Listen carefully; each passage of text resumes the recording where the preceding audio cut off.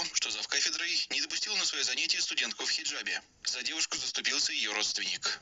Вот это моя двоюродная сестра Шахина. Уважаемый преподаватель, кто вам дал полномочия выгонять студента из занятий? По законодательству Республики Узбекистан каждый человек. Простите. Каждый человек. Простите.